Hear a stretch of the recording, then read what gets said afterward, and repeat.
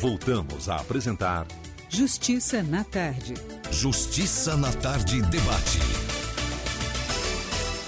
Pois bem, vamos nós então iniciar o debate nos estúdios da Rádio Justiça. O debate com os nossos convidados. São 15 horas mais 1 minuto e o tema é inteligência artificial nas eleições. Nós temos, portanto, aqui especialistas no campo do direito dentro aí dessa questão, com os quais nós vamos levar para você que está sintonizado na 104,7 FM todas as informações, como também para você que está nos acompanhando pelo canal da Rádio Justiça no YouTube.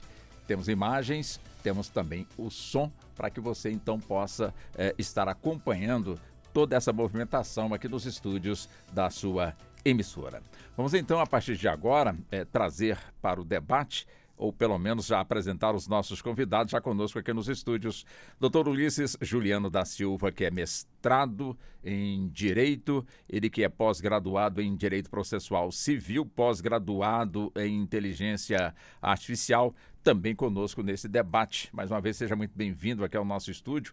É sempre muito bom tê-lo aqui no nosso debate, doutor Ulisses. Boa tarde. É um privilégio, doutor Walter, doutor Pedro, doutor Gustavo. Eu cumprimento também a todos os ouvintes e aos que estão nos assistindo aí pelo YouTube ao vivo. É sempre um prazer estar aqui para podermos discutir temas tão relevantes para a sociedade. Muito obrigado ao senhor. Também é um privilégio também receber o senhor, doutor Gustavo Machado, que é procurador do Distrito Federal, advogado constitucionalista, também conosco aqui nesse debate. Também seja muito bem-vindo. A gente sempre falando por telefone, o senhor nos concedendo as entrevistas. Hoje eu recebo pessoalmente a presença do senhor aqui, que muito nos honra. Muito boa tarde para o senhor, doutor Gustavo. Obrigado, boa tarde. Muito honrado estou eu por estar aqui na presença de pessoas tão ilustres, doutor Pedro, doutor Ulisses, doutor Sidney. E tenho certeza que o debate aqui vai ser muito profícuo e muito interessante, que o tema é um tema que está muito em voga, está em todas as notícias e tenho certeza que será muito bom. E agradeço já, para não me esquecer, do convite, né? Agradecer o convite. Estou muito lisonjeado. Muito obrigado ao senhor. Doutor Pedro Tonaco, que é também procurador do Distrito Federal, advogado com atuação no âmbito dos tribunais superiores. Também uma honra também receber o senhor aqui nos estúdios. Muito obrigado pela gentileza, pela atenção e seja muito bem-vindo aqui ao nosso programa, doutor Pedro.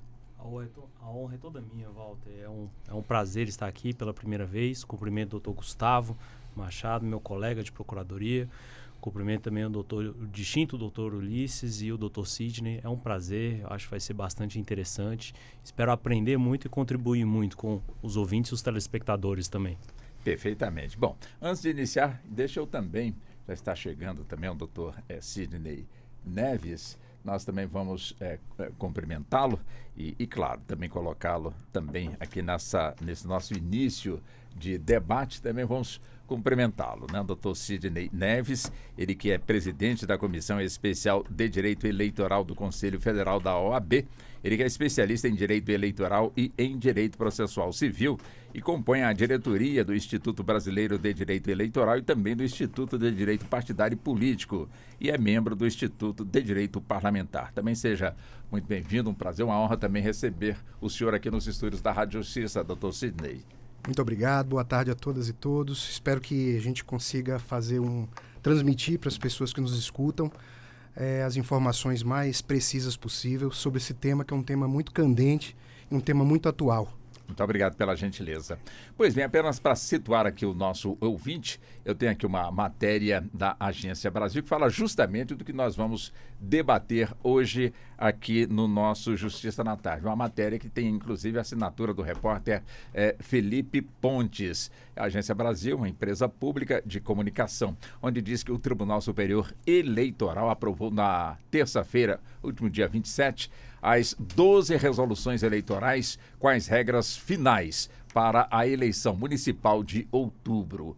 O passo é obrigatório e deve ser realizado até 5 de março no ano do pleito. Por meio desses normativos, os ministros do TSE buscam adaptar o processo eleitoral às mudanças da realidade, embora sempre limitados ao que prevê a legislação eleitoral e a Constituição.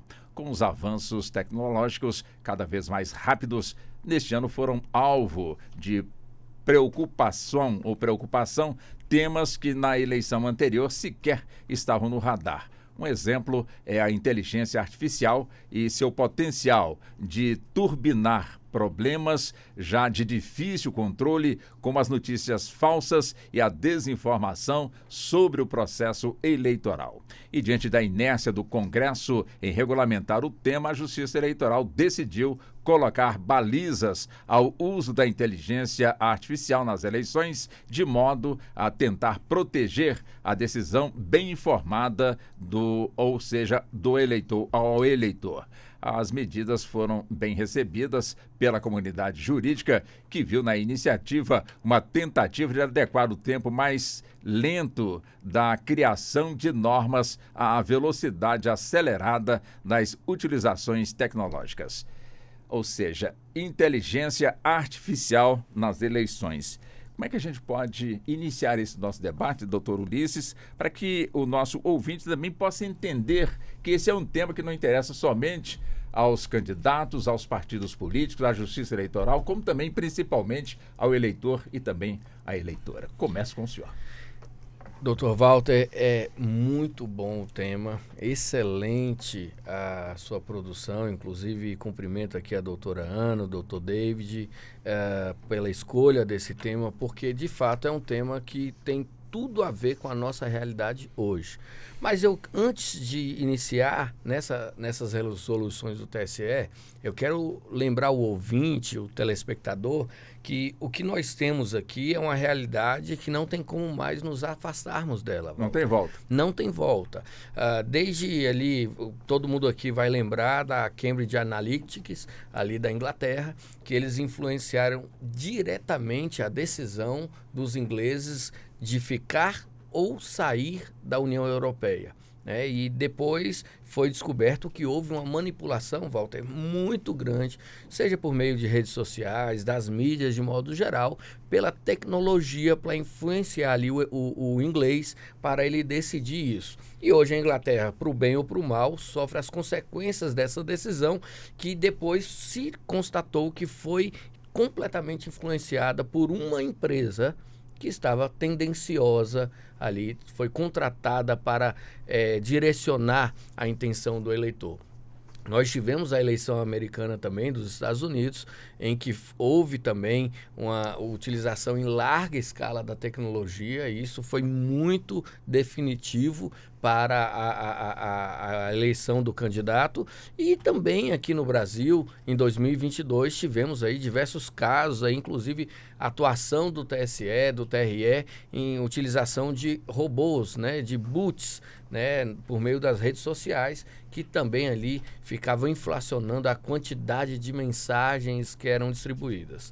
Chegamos agora num momento mais complexo dessa tecnologia, Walter, porque a inteligência artificial é uma tecnologia muito dinâmica, ela evolui com muita rapidez, e agora nós temos aí deepfakes, a gente tem as antigas fake news, e o ouvinte precisa entender que fake news não é uma mentira, é uma meia verdade ou uma meia mentira, é uma verdade manipulada, alterada. Ela vem com a intenção de fato de confundir. Às vezes a pessoa vai investigar e descobre que naquela história tem muita coisa que é verdadeira e que dá uma sensação de credibilidade para aquela informação. E agora a gente tem o deepfake, que a gente inclusive discutiu isso aqui, que é no caso de um âncora de um telejornal que não está falando, a voz não é dele, mas a imagem é dele, a voz está sendo manipulada para parecer a dele, e isso já está sendo utilizado também em larga escala. A preocupação do TSE é extremamente vital nesse momento para proteger o eleitor, para que essa tecnologia não afete, não influencie a decisão do eleitor nesse momento tão crucial da democracia brasileira. O assunto é muito sério, hein, doutor Gustavo? O assunto é muito sério, muito interessante, e eu quero pegar um gancho aqui do que o doutor Ulisses disse para lembrar o seguinte: a tecnologia por si só, ela não é boa e nem ruim. Depende do valor que as pessoas dão a ela, da forma como as pessoas utilizam essa tecnologia. É só a gente lembrar que a mesma tecnologia atômica, né, que gerou uma bomba, é a tecnologia que hoje leva energia a milhões de pessoas em suas residências. A mesma tecnologia de um foguete, de um míssil intercontinental numa guerra, é o que levou o homem à Lua. Então, a tecnologia por si só, ela não é nem boa e nem ruim, depende do que nós vamos fazer com ela. E como o Dr. Ulisses bem diz, ela é uma realidade hoje. A inteligência artificial, ela é uma realidade, ela está aí, e nós não vamos ter como fugir dela. E ela pode ser usada de diversas maneiras, muito positivamente, inclusive no âmbito eleitoral, para os candidatos identificarem quais são as reais necessidades dos eleitores, qual a melhor estratégia para atender essas necessidades, qual é o perfil, para os partidos políticos entenderem qual é o perfil de candidato que mais se adequa àquele momento político. Tudo isso a inteligência artificial vem para ajudar. Agora, tem um lado ruim da inteligência artificial, que é justamente a capacidade que ela tem de confundir, a capacidade que ela tem de manipular resultados em eleições. E isso ocorre, às vezes, numa velocidade muito intensa. No âmbito do direito, e aqui no direito administrativo, que é mais nossa praia, né, Pedro? Não é nova a ideia de que a capacidade do Estado de criar norma é muito mais lenta do que a evolução da sociedade, das tecnologias. Isso é algo antigo. A gente vivencia isso no direito de trânsito, na regulação de energia, na regulação de águas, de petróleo, espacial. Às vezes o poder legislativo ele não consegue atender essa demanda legislativa na velocidade e na complexidade que ela exige. E me parece que foi essa a percepção do TSE agora, e o TSE quis dar um passo à frente para trazer uma regulamentação que nós vamos discutir aqui ao longo do programa, sim, mas que com certeza é um pontapé inicial muito importante para uma discussão que existe e que vai se aprofundar no Congresso Nacional. Foi surpresa ou, de alguma forma, surpresa não seria bem a palavra, os partidos que de alguma forma vão estar, de certa forma, aí diante desse desafio, né? Diante das resoluções voltadas para este campo. Quer dizer, o tempo é o suficiente para que partidos, candidatos, de alguma forma, assimilem realmente o que o Tribunal Superior Eleitoral determinou através das resoluções, doutor Pedro? Como é que o senhor vê esse ponto? Como o doutor Gustavo disse aqui antes de mim, essas mudanças sociais, elas vêm ocorrendo, já vem sendo utilizada há muito tempo a inteligência artificial. Isso já faz parte da nossa rotina, já é utilizado na nossa profissão. Então, a forma de ser utilizada já é objeto de discussão disso há bastante tempo. Então, essa regulamentação, essa criação dessas normas aqui, dessas resoluções por parte do Tribunal Superior Eleitoral, é um avanço perto do que já foi discutido, do que já foi votado, do que já foi aprovado no âmbito do Congresso Nacional, mas ela possui como objetivo aqui regulamentar algo que já existe. Então, não se trata assim propriamente de algo novo, de uma discussão nova. Todo mundo conhece, todo mundo, não, as resoluções não. As resoluções, de fato, elas possuem aqui alguns regramentos específicos, que elas vão ser objeto de estudo, mas daqui até a eleição serão... Será, sim, possível aos partidos políticos se capacitarem nisso, mas o grosso da ideia aqui é respeitar, é o respeito, é obedecer às normas, é não divulgar falsas informações.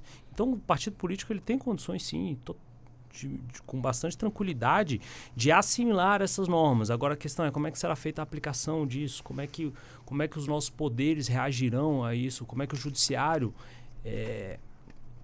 aplicará essa normatividade, se vai ser claro, se vai ser possível na situação concreta ali, identificar o que é falso, o que é verdadeiro.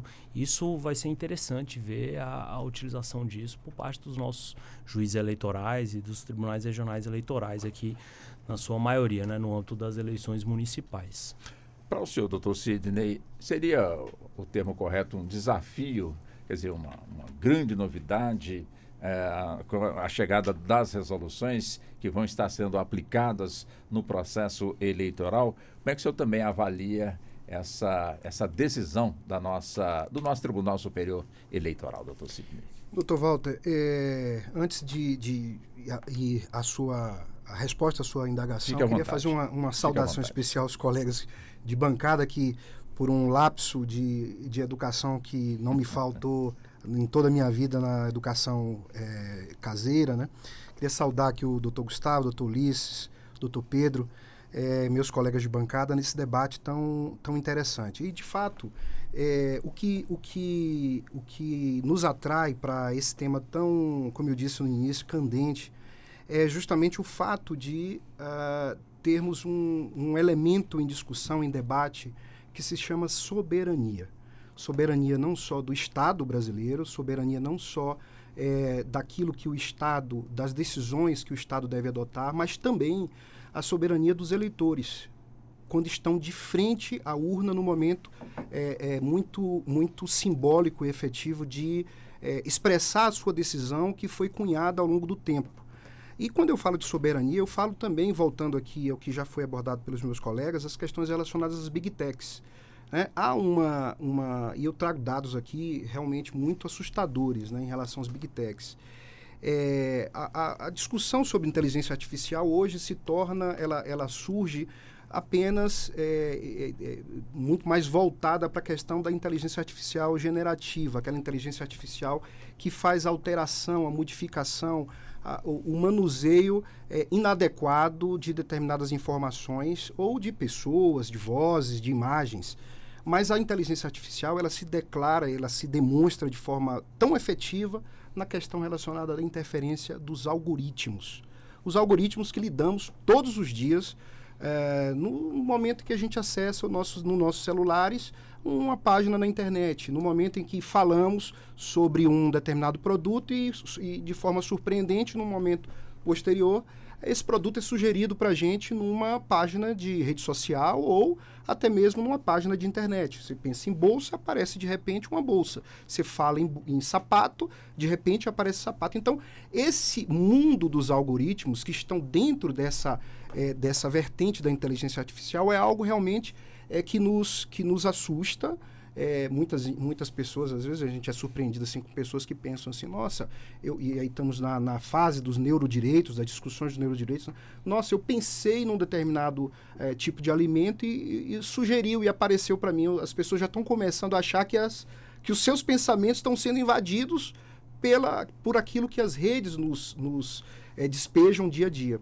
Então, isso é algo muito preocupante. E quando eu falo de dados, se a gente for pegar as 7 maiores Big Techs do mundo, nós temos 5 americanas e 2 chinesas. Então, dentro dessa briga, não existe nenhum país, nenhuma empresa que esteja localizada em países em desenvolvimento, por exemplo, Brasil, né, está dentro desse leque, muito menos os países da Europa. Perceba que a Europa ficou fora dessa discussão em torno das Big Techs. Justamente vem essa discussão relacionada à Cambridge Analytica, a interferência que ela fez em todo o processo do Brexit, né, lá naquela cisão da Inglaterra, né, do Reino Unido, da Comunidade Europeia. Só para você ter uma ideia, a Apple e a Amazon tiveram um PIB superior um valor de mercado, superior ao PIB da Espanha, né? Olha, aqui eu estou falando de um PIB de 1,42 bilhões. Ou seja, 1,61 e 1,49 para cada uma dessas empresas. E eu não estou dizendo das duas juntas, estou dizendo de separadas. A Google, por exemplo, juntas as três, superaram o PIB da Alemanha, que é de 3,96 bilhões. Então a gente está falando de algo que é realmente muito avassalador e muito grande. Ou seja, quando o Estado se depara com o poderio efetivo de companhias que tratam dados, que lidam com dados de pessoas, de todos nós, no dia a dia. Então, a partir dessa discussão é que surge essa outra preocupação com os algoritmos. E a partir daí é que a gente vai começar aqui esse debate justamente falando de inteligência artificial, mas desse ponto em que o TSE enveredou para fazer se sentiu desafiado a fazer essa regulamentação, que foi o foco da sua indagação. Ou seja, se o TSE de fato vai conseguir, com a implementação dessa regulamentação, fazer frente a esse debate de ausência de interferência nociva no processo democrático brasileiro, né? No processo decisório do eleitor. Doutor Ulisses, quer dizer, o senhor fica à vontade para fazer a colocação, se eu achar pertinente, no que foi dito até o presente momento, mas eu também deixo, portanto, com o senhor em relação às 12 resoluções que o TSE aprovou. Quer dizer, e foi dito aqui na matéria de que na eleição de 2022, ou seja, 2 anos atrás, esses assuntos das resoluções não estavam sequer no radar.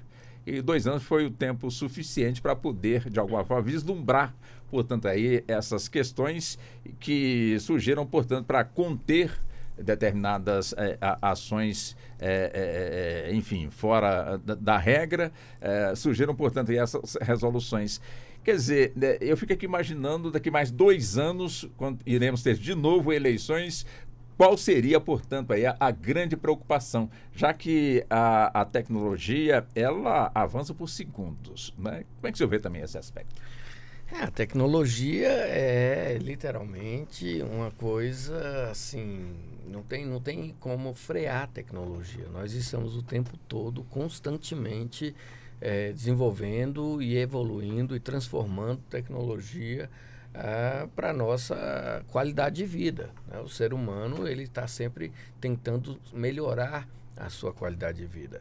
Então, a tendência daqui a 2 anos a gente está discutindo uma outra realidade. Eu falo, esses dias saiu a notícia de um implante cerebral de um chip, né? Foi implantado um chip no cérebro humano, né? E aí eles estão agora avaliando o que isso vai repercutir na qualidade de vida. A gente já tem uma série de situações em que a tecnologia já faz parte da sobrevida do ser humano. Agora, com relação ao nosso debate aqui, as eleições, isso é muito simples de se perceber. A despeito de ser discutido na reportagem, doutor Pedro, doutor Sidney, doutor Gustavo, de que não havia no radar essa questão dessa tecnologia, eu ouso discordar, porque de fato já havia essa discussão, muita denúncia inclusive vários sites foram derrubados por medidas judiciais, perfis falsos, né, foram derrubados por medidas judiciais. Então a inteligência artificial, como o Dr. Sidney muito bem falou, ela não está só ali na hora da produção de uma imagem falsa, de uma notícia falsa. Então, você está sendo bombardeado e as grandes redes sociais, elas já identificaram que a discussão, o debate, você vê isso num programa como o Big Brother. O que alimenta um programa como o Big Brother sem nenhuma crítica? O que alimenta a discórdia. O que dá mídia, o que dá visualização para esse tipo de programa é a discórdia, é a disputa, é a não concordância. Nas redes sociais, isso é um fato. Aquilo que mais gera visualização é polêmica, é discussão, é um ataque de uma personalidade à outra, e isso vai gerar um debate ali na internet. Então, quando você tem essa realidade já está posta, e quando você traz isso para o cenário político, o cenário eleitoral, a gente tem uma situação muito complexa, tanto para o TSE quanto para o TRE agir. A gente está falando ali de municípios em que vai haver uma polarização muito grande, muito grande. E essa polarização, Walter, muitas das vezes é determinada não pelo candidato A ou pelo candidato B, é determinada por uma Big Tech, que ela visualizou que determinado candidato está gerando mais repercussão, então ela vai focar naquele candidato. Então, às vezes, o candidato não seria a escolha daquela população, mas como ele mais vezes aparece para aquela população, ele fica em evidência. E em ficando em evidência, acaba que o eleitor entra naquele imaginário de que aquele candidato já está eleito, se ele votar em outro, ele está perdendo voto, que é um outro problema que nós temos, né? Eu não vou... Eu voto útil, eu não vou votar nesse candidato que eu sei que ele vai perder, então para que eu vou votar nele? Então, essa questão é um fato. E, por último, passo para os meus colegas a questão também da compra, da mercantilização desse produto que é o algoritmo. né? Como aconteceu em vários países do mundo, né? E o que o TSE espera que não ocorra é exatamente essa intenção das resoluções. É um partido ou um candidato com poder aquisitivo elevado comprar espaço, né, nas redes sociais, não de propaganda política, mas de ataque, de difamação, de fake news, de fake, de uma confrontação completamente desleal. Só que isso feito acobertado pela tecnologia. Não vai aparecer o nome dele, ele falando ou alguém. Então, é um cenário muito complexo que o TSE se depara hoje e ele está se preparando para essa realidade. A gente vai ter aí uma discussão no Congresso. Eu penso que as resoluções, da forma em que estão, não serão bem aceitas, não serão bem aceitas pelos partidos, porque em alguns pontos, a gente pode falar isso aí já na próxima rodada, elas são bem pesadas para o partido, as consequências, as penalidades, as responsabilizações. Então, partido nenhum quer isso. Então, vai ser uma discussão muito boa, mas precisa haver uma regulação. Essa regulação precisa ser efetiva e precisa ser transparente tanto para o eleitor quanto para os candidatos. Agora, interessante, né, doutor Gustavo, como disse o doutor Ulisses, quer dizer, este assunto tinha que vir do Congresso Nacional e acabou, portanto, o Tribunal Superior Eleitoral tomando essa iniciativa por conta justamente da inércia, né, do Congresso, que não adotou, portanto, essa providência. E agora, né, pelo que colocou muito bem aqui o doutor Ulisses, quer dizer, a princípio, né, ainda focando no Tribunal Superior Eleitoral, que tomou, portanto, essa iniciativa. Fica aqui imaginando, nesse nosso Brasil de tamanho continental, como é que será a fiscalização, portanto, de todo esse processo? Quer dizer, nas resoluções já colocadas, é possível? Eu imagino que sim, porque senão as resoluções não viriam. Mas como é que se dará esse processo, na opinião do senhor, no campo da fiscalização, doutor Gustavo? Bom, Walter, acho que a gente está vivendo uma situação de amadurecimento mesmo, né? Num processo de evolução evidente por conta dessas novas ferramentas tecnológicas como a inteligência artificial. Eu sempre fico pensando assim, quando o doutor Ulisses disse aqui, mas o candidato com mais dinheiro, ele vai poder comprar mais espaço na rede social. Mas antigamente, o candidato com mais dinheiro colocava um cantor sertanejo lá, ou de axé, e enchia um comício. Então ele aparecia mais também. Aquilo gerava repercussão ali do boca a boca, e era assim que as eleições eram ganhas antigamente. O grande problema da internet é que a internet potencializou tudo. Tudo aquilo que a gente viveu, eu sempre falo sobre a história das fake news, né? Fake news existe desde que o mundo é mundo em eleição. Mas o que a internet fez de diferente? Ela potencializou isso. Hoje, uma mentira chega a milhões de pessoas numa questão de minutos, né? Então, são realidades que a gente vai ter que enfrentar e que o TSE vai ter que enfrentar também. Essa questão desse poder regulamentar do TSE me parece o ponto mais polêmico aqui. O artigo 5º da Constituição ele é muito claro, né, de que ninguém será obrigado a fazer ou deixar de fazer alguma coisa, senão em virtude de lei. E o TSE criou uma série de obrigações aqui para partidos políticos, para empresas que fazem pesquisas eleitorais, para provedores de redes sociais, com consequências seríssimas, inclusive com responsabilização solidária, até perda de mandato eletivo. É penal. E isso sem lei. Né? Então, como que o Congresso Nacional vai reagir frente a isso? É o que eu falei na minha primeira fala aqui. Existe uma demora do Poder Legislativo em regulamentar essas questões, porque o processo legislativo ele é lento mesmo, ele é demorado, ele passa por 2 casas, ele exige, né, que se passe por várias comissões, ele é mais lento mesmo. Mas o que a Justiça Eleitoral percebeu é que ela não pode esperar, ela precisa de ferramentas para agir. As últimas eleições para presidente da República foram muito tumultuadas e o juiz não age se ele não tiver a norma. Então, por essa razão, o TSE se adiantou, criou essas normas. Eu concordo com o doutor Ulisses, eu acho que vai haver uma reação do Congresso, sim. E isso é até bom, talvez o TSE tenha feito isso até de forma propositado. Olha, vamos dar um passinho aqui além da conta para provocar o Congresso Nacional. Talvez tenha sido até essa intenção. Agora, em relação à fiscalização, é outro ponto também complicado, porque o que é a deepfake, que o colega falou aqui no início, né? É você manipular a imagem e a voz de uma pessoa, fazendo com que isso realmente se pareça aquela pessoa, né? E é impressionante essa tecnologia. Eu vejo, é impressionante. Realmente, um leigo não consegue distinguir se aquilo é verdade ou não. Mas segundo o TSE, se ficar comprovado que uma campanha eleitoral soltou um deepfake, pode gerar até a cassação do mandato eletivo.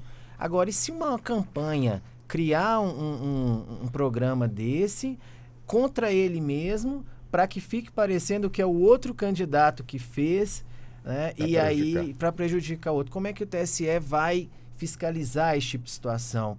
Nós temos realmente tecnologia para chegar lá na ponta e saber quem fez isso numa velocidade que não atrapalhe as eleições, o processo eleitoral, ou né, o mesmo mandato eletivo. Então, são situações que eu acho que a gente ainda está caminhando.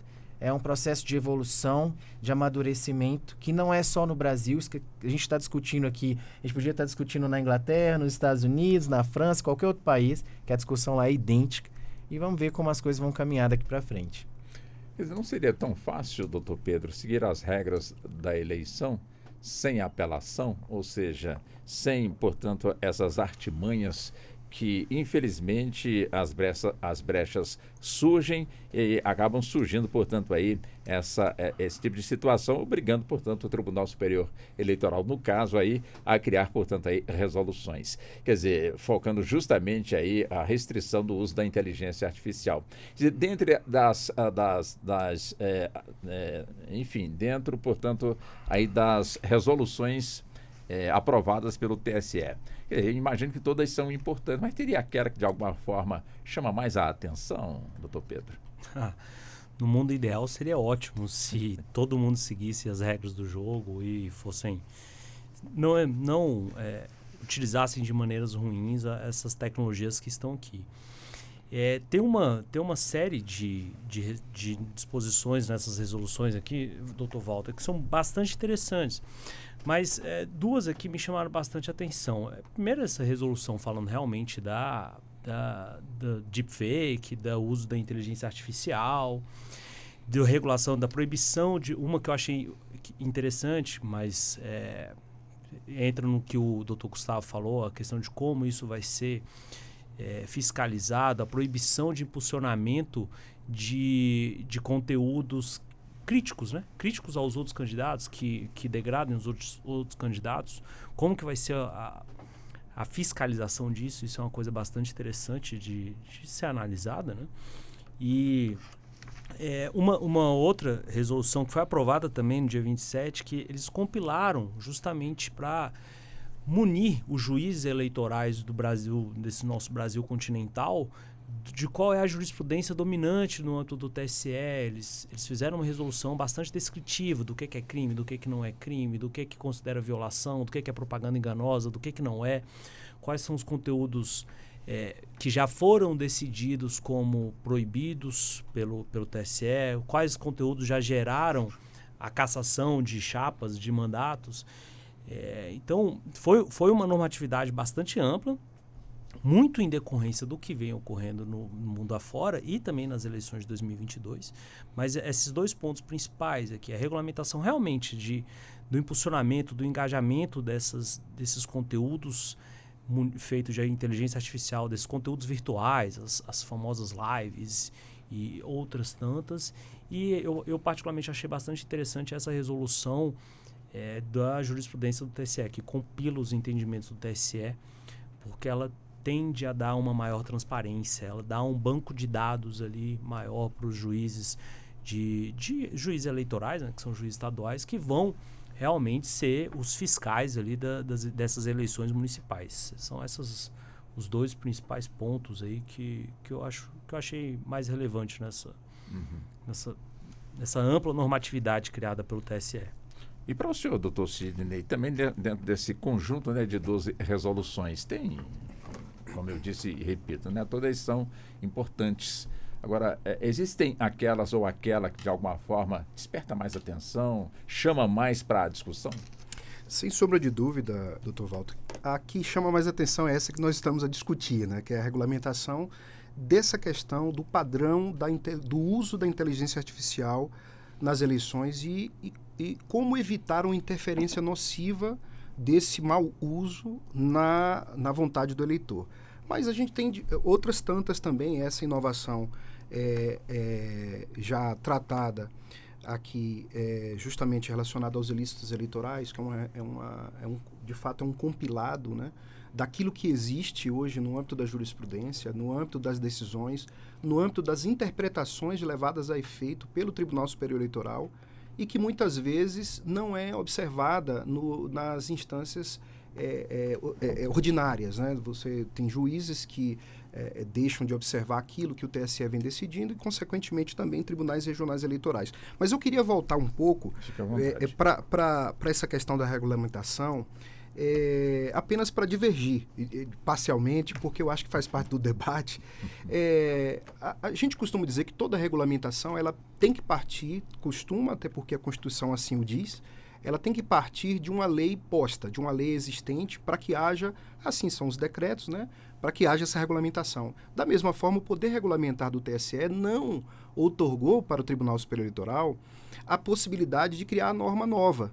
E o que o Tribunal Superior Eleitoral fez? Fez justamente isso que a gente acabou de registrar aqui, que é justamente trazer para... A gente sabe que não existe vácuo interpretativo.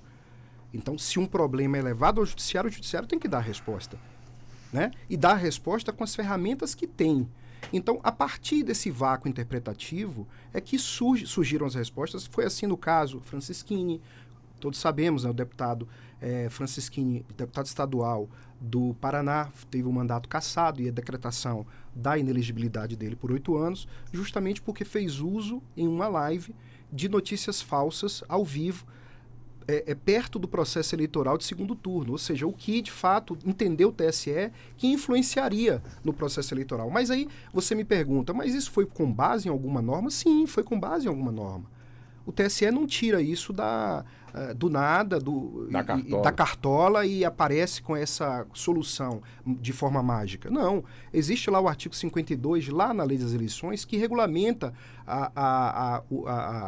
as campanhas no âmbito da internet. E, obviamente, se pescou ali de um dispositivo legal que lá já existia e compreendeu que a interpretação desse dispositivo de forma sistemática com um outro dispositivo que fala sobre o abuso de poder no uso indevido dos meios de comunicação, é que se entendeu que ali havia sim a presença do uso excessivo das fake news, de forma direta, de forma direcionada para atingir o pleito, porque ali se discutia a questão da idoneidade das urnas eletrônicas, do sistema eletrônico de votação como um todo, para atingir no seu âmago profundo o processo eleitoral, o processo democrático brasileiro, que já vem há muitos anos aí utilizando a urna eletrônica. Então, perceba que, por exemplo, a legislação eleitoral, o Código Eleitoral, há mais de 38 anos tem um dispositivo que foi incluído no Código Eleitoral que fala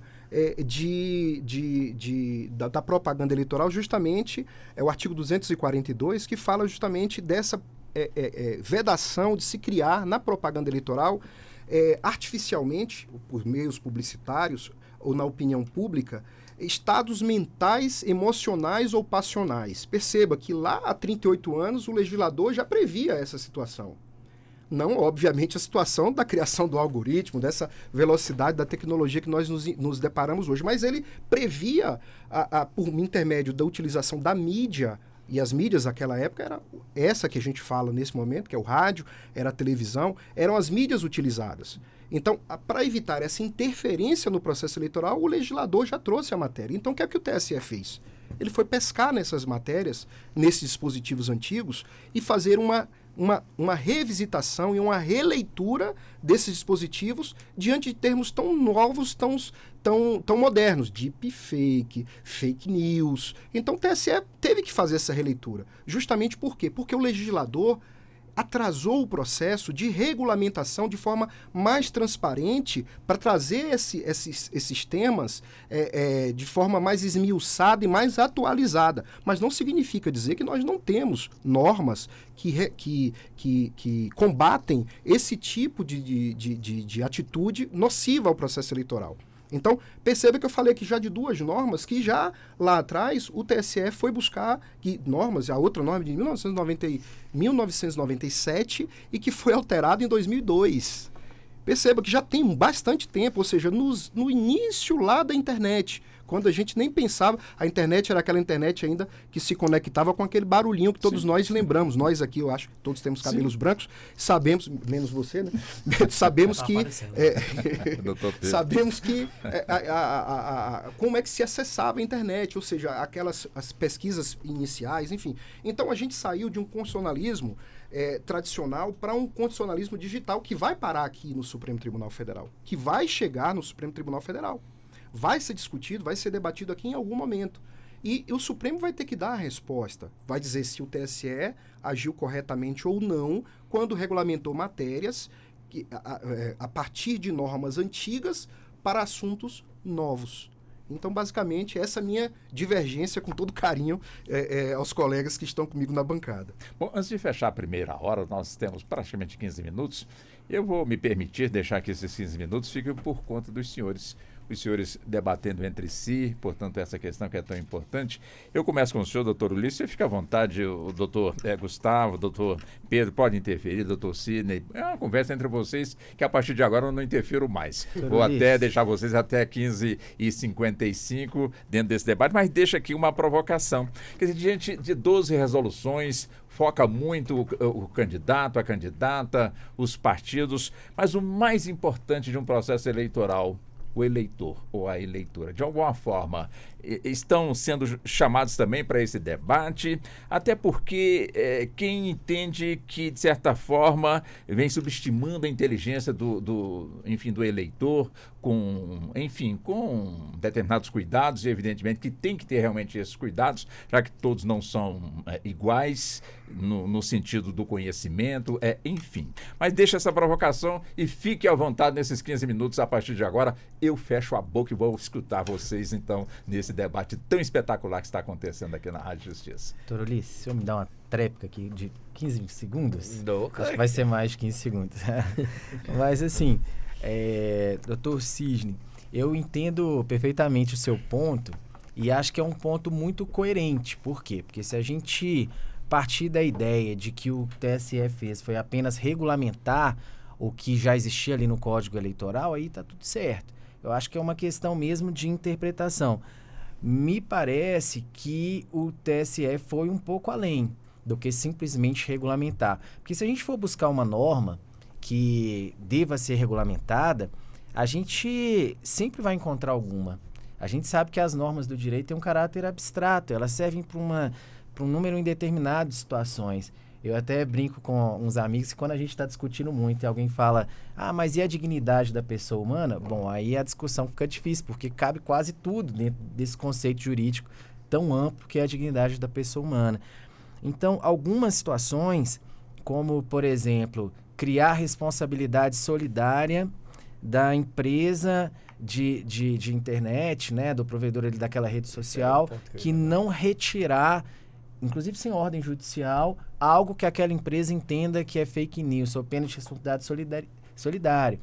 Poxa, a gente aprende lá na faculdade que a solidariedade depende do quê? Da lei ou da vontade das partes. Agora a gente precisa acrescentar da lei, da vontade das partes ou da resolução do TSE. Porque foi criado via resolução do TSE isso.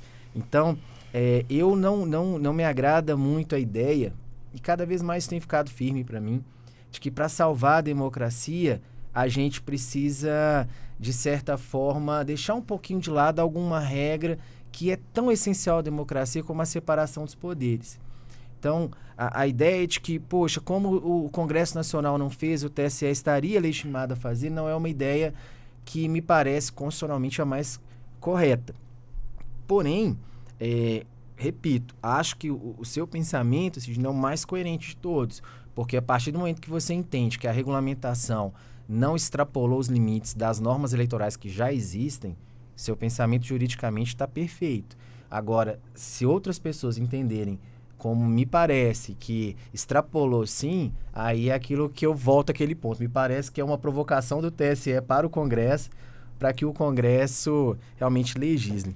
E só para te passar a palavra, tem um outro ponto que vale a pena a gente mencionar aqui, que são os conceitos jurídicos indeterminados, que é algo muito complicado. Por exemplo, o artigo 9C dessas instruções, a instrução aí 0600751, ela vai falar algo que me preocupa um pouco, que ela diz o seguinte: olha, o artigo 9C veda a utilização na propaganda eleitoral de conteúdo fabricado ou manipulado para difundir fatos notoriamente inverídicos ou descontextualizados.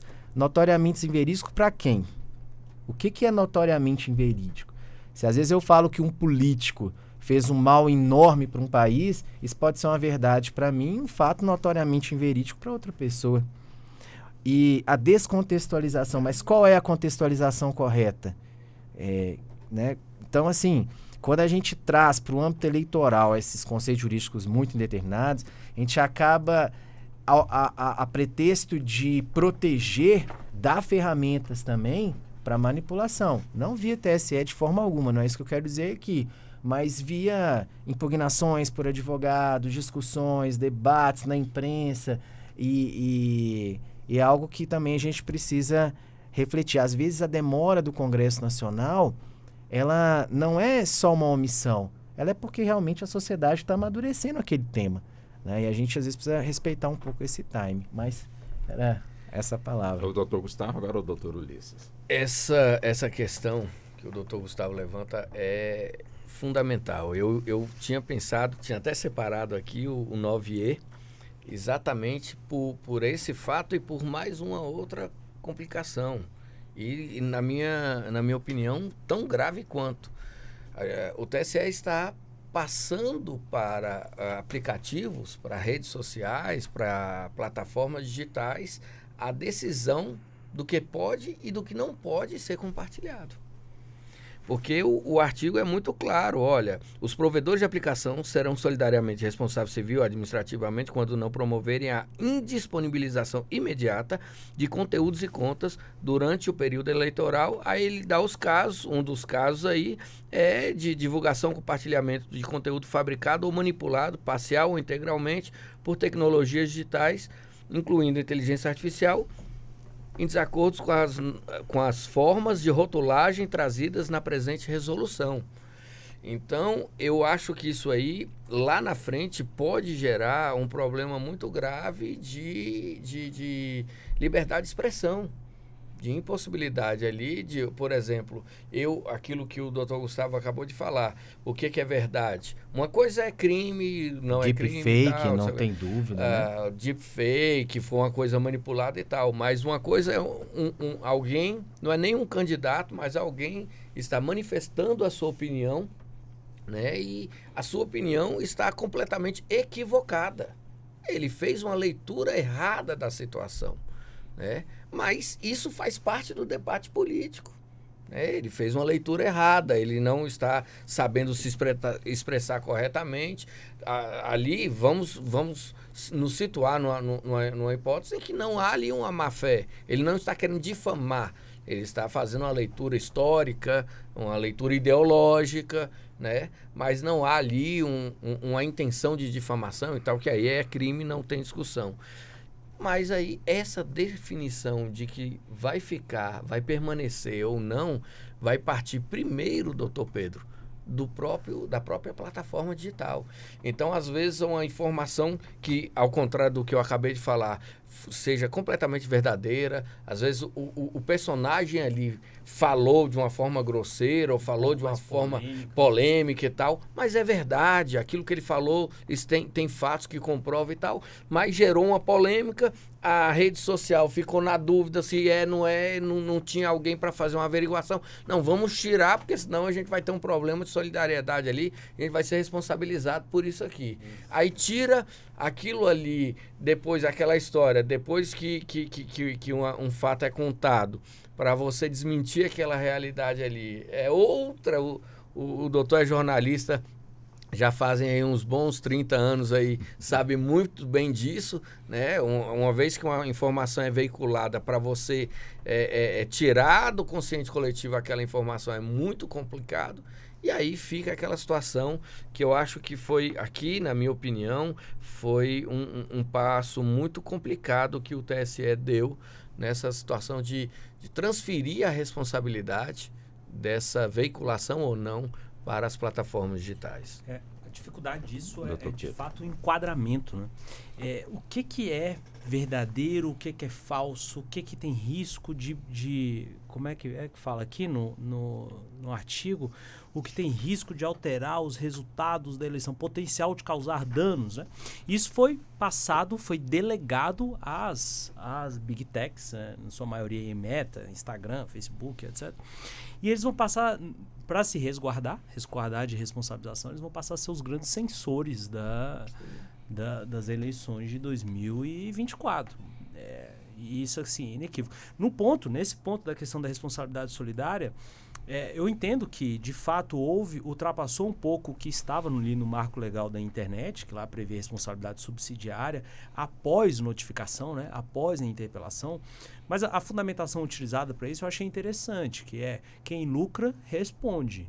Então, se está havendo um lucro por parte dessas empresas digitais, elas lucram ao impulsionar, elas lucram ao divulgar, elas lucram ao usar o algoritmo, e é que entra a novidade, né, do mundo atual com relação à divulgação dessas informações falsas, que é o fato de que é um míssil teleguiado. Antigamente as informações eram falsas para todo mundo, indistintamente para todas as pessoas. Hoje não, hoje a informação falsa vai para quem tem a tendência maior a acreditar na informação falsa. E assim, sem entrar muito aqui na discussão do que é falso, do que é verdadeiro, né?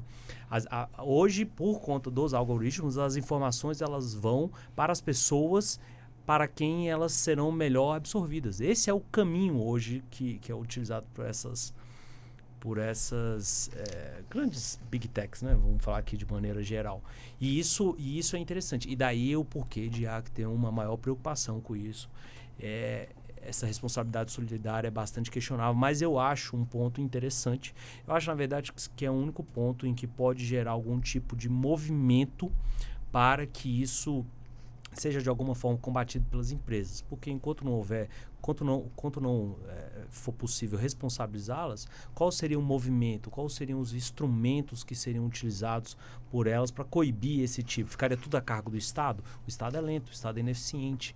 Então isso foi construído interpretativamente, e aqui eu concordo com o Dr. Sidney. Eu penso que pode ter alguma outra coisa aqui que se discuta, se de fato estava regulamentando, mas eu acho que houve uma regulamentação aqui de normas legais prévias, né, com a maior profundidade, juntamente com o que já vinha sendo decidido pelos tribunais, mas tudo nesse intuito, né? Hoje o jogo é completamente diferente do que era há 5 anos, nas eleições municipais passadas.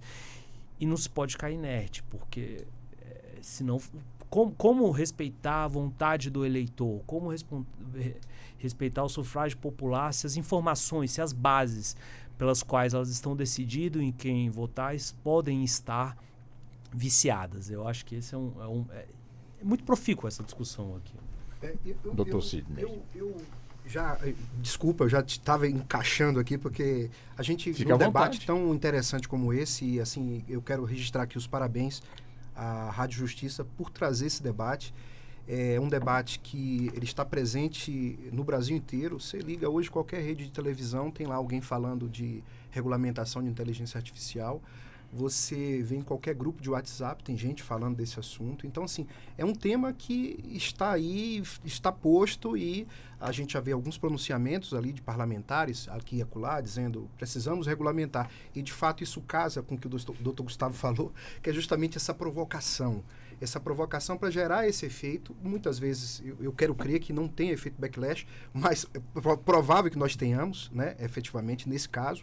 Ou seja, uma reação, muitas vezes, para trazer uma regulamentação primeira, né, uma regulamentação originária, partida do eleitor, de matérias que são muito novas, mas que o Congresso Nacional, em determinado momento, se quedou inerte em decorrência de diversos fatores, das forças políticas que lá militam dentro das duas casas, enfim, dos próprios interesses que também pululam por lá, né? E, de fato, pegando o gancho aqui do que o doutor Pedro falou, justamente essa questão do algoritmo, e aí já pegando também, no mesmo tempo, o que registrou o doutor Ulisses com relação a essa questão da distopia, né?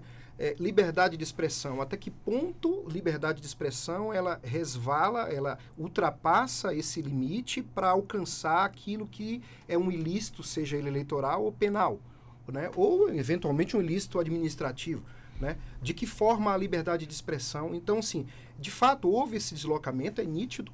Eu acho que é algo que nós todos concordamos. Houve um deslocamento de esfera de responsabilidade, mas isso não é gratuito.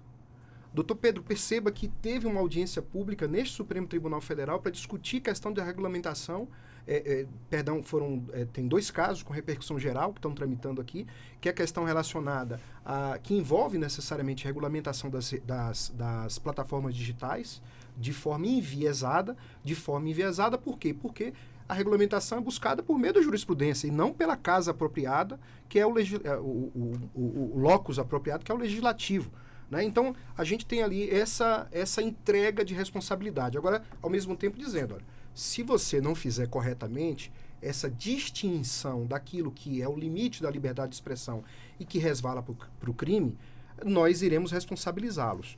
Então, perceba, de fato, você jogar para aquele que detém um poder financeiro, econômico muito grande, para fazer o seu dever de casa e entender que nem tudo é engajamento, nem tudo é busca pelo lucro, mas sim que há algo muito mais importante que os interesses individuais dessas big techs, que é o interesse da sociedade brasileira, do povo brasileiro. Mas aí me pergunta, mas o que seria esse interesse da sociedade brasileira? Ora, todos nós vivemos em democracia, a gente quer como o doutor Gustavo falou, nós precisamos salvar a democracia, nós precisamos manter a democracia ativa para que nós estejamos aqui como estamos, nesse momento, fazendo um debate franco, aberto, cada um expondo a sua opinião, expondo o seu ponto de vista, de forma livre, né? Então, assim, agora, obviamente, todos nós temos o mínimo necessário para entender aquilo que é crime e que se alguém chega e chama alguém, como aconteceu com o nosso craque Vini Júnior recentemente,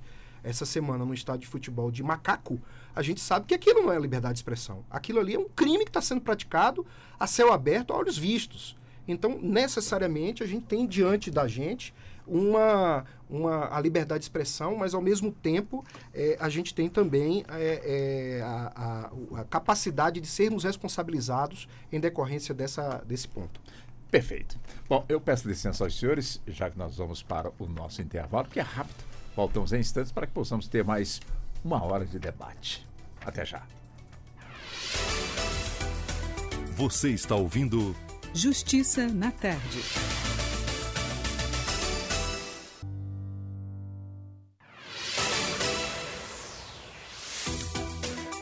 Voltamos a apresentar Justiça na Tarde. Justiça na Tarde Debate. Pois bem, estamos já de volta e entrando na 2ª hora do nosso debate, que hoje está justamente aqui com os nossos convidados, evidentemente debatendo aqui as resoluções que o Tribunal Superior Eleitoral, de certa forma, já publicou em torno do processo eleitoral deste ano. Conosco estão hoje aqui os nossos convidados, o doutor Ulisses Juliano da Silva, que é mestrado em Direito, pós-graduado em Direito Processual Civil e pós-graduado graduando em Inteligência Artificial. Também o doutor Gustavo Machado, que é procurador do Distrito Federal e advogado constitucionalista. Doutor Sidney Neves, que é presidente da Comissão Especial de Direito Eleitoral do Conselho Federal da OAB. E também especialista em Direito Eleitoral e em Direito Processual Civil e compõe a diretoria do Instituto Brasileiro de Direito Eleitoral e também do Instituto de Direito Partidário e Político, também membro do Instituto de Direito Parlamentar. E também o doutor Pedro Tonaco, que é procurador do Distrito Federal e advogado com atuação no âmbito dos tribunais superiores. Eu volto com o senhor, doutor Pedro. Quer dizer, diante dessa questão, uma hora já debatendo essa questão aqui das resoluções, muito foi falado, mas eu gostaria de ouvir do senhor o seguinte, e também dos demais convidados, né? Fica importante aí à vontade. O impacto dessas resoluções sobre os partidos políticos. Começo com o senhor. Essa é a pergunta de 1 milhão.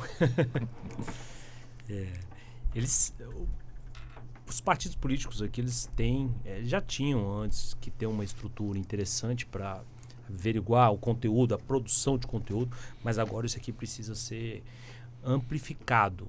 Os partidos políticos, eles têm que ter uma enorme preocupação com o que é divulgado, como é divulgado, com suas bases, com o que é impulsionado, com o que não é impulsionado, porque há uma série de previsão de penalidades nessas resoluções, né? E uma delas é a cassação da chapa, a cassação dos votos, a perda dos votos dados para o eleitor, que por consequência gera a perda dos votos dados à legenda partidária, que por sua vez gera reflexos na dotação do fundo partidário, na dotação do fundo de financiamento de campanha. Então, além do próprio cuidado com o pleito, com o sufrágio, com a escolha dos eleitores, é preciso também redobrar esse cuidado, porque haverá reflexos grandes na parte econômica, na parte da manutenção econômica e financeira dos fundos dos partidos políticos no âmbito dessas eleições municipais. Deixa eu também essa mesma pergunta também, senhor doutor Gustavo. Eu também gostaria de ouvi-lo sobre o impacto dessas resoluções sobre os partidos políticos. Eu acho que um dos pontos mais importantes foi o ressaltado agora pelo Dr. Pedro, que vai ser a necessidade dos partidos criarem uma estrutura muito maior, porque o maior fiscal dos partidos tem que ser eles mesmos, né? Então, eles vão ter que acompanhar muito de perto seus candidatos, suas campanhas, para poder ver isso de perto, né? Acompanhar isso de perto.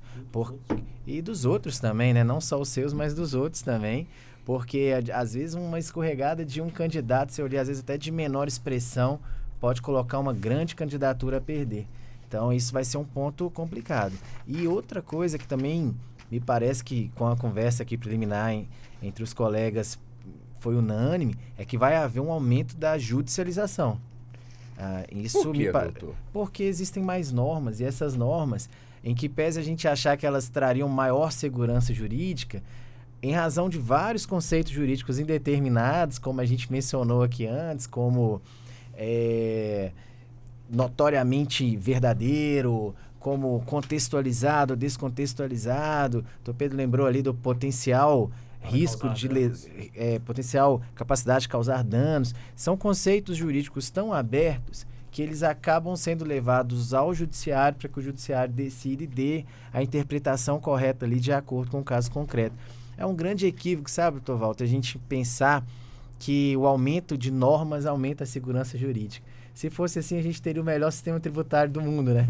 E o que a gente está vendo é que o Congresso Nacional, o país, né, está num esforço de diminuir a quantidade de normas tributárias para que aí, a partir daí, a gente tenha alguma segurança jurídica.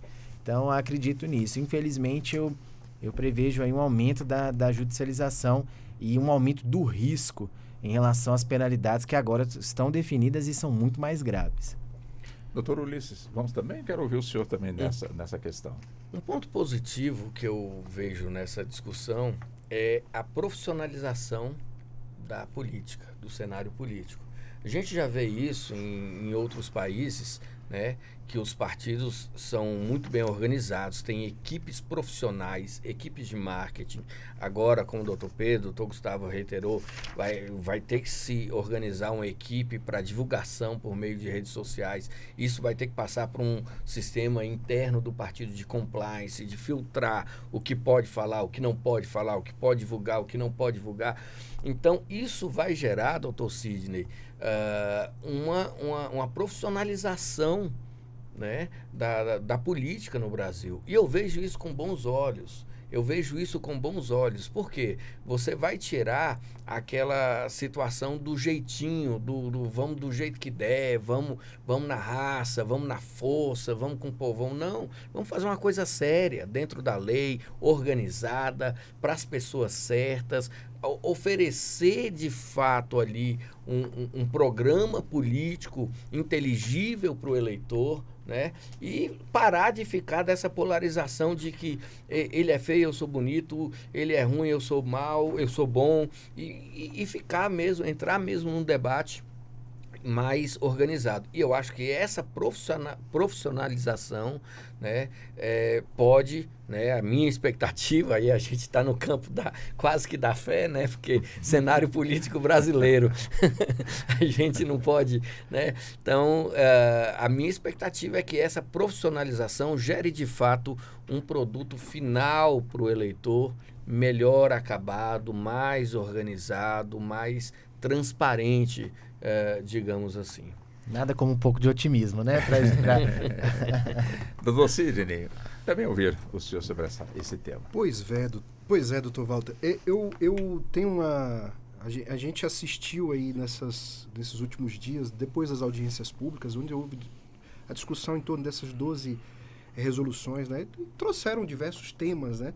Temas relacionados à transparência nas pesquisas eleitorais, por exemplo, financiamento de campanhas, financiamento de partidos políticos, né? No próprio registro de candidaturas, as questões relacionadas às cotas femininas, a fraude à cota de gênero, as cotas de financiamento de campanha de pessoas negras, né? No campo da liberdade de expressão também trouxe diversas discussões, entre elas aquela específica dos artistas, né?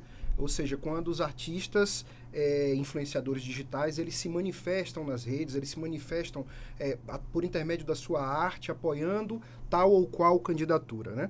Então, toda essa gama de regulamentação, e eu trago aqui, puxo especificamente para uma questão pontual, que é o financiamento público hoje, praticamente público, apesar da norma de regência não dizer que não se aceita financiamento privado, não, muito pelo contrário, se aceita, só que, de fato, nós temos uma dificuldade muito grande no nosso país de cultura de financiamento de campanhas eleitorais por parte de pessoas físicas. O Supremo já disse que o financiamento de pessoas jurídicas, no modelo que existia, estava em desconformidade com a Constituição, portanto, inconstitucional era. Mas aí a gente tem uma questão relacionada ao bônus, né? Os partidos políticos ganham um orçamento para dizer que é seu, né? E aí, óbvio que para todo bônus existe um ônus. Então, naturalmente, o impacto dessas resoluções todas, de toda esse passeio que eu fiz aqui falando sobre esses temas todos que foram abordados, ele vai atrair ônus. E esses ônus, eles necessariamente recairão numa melhor organização, e aí eu estou com o doutor Ulisses, acompanho o relator, né?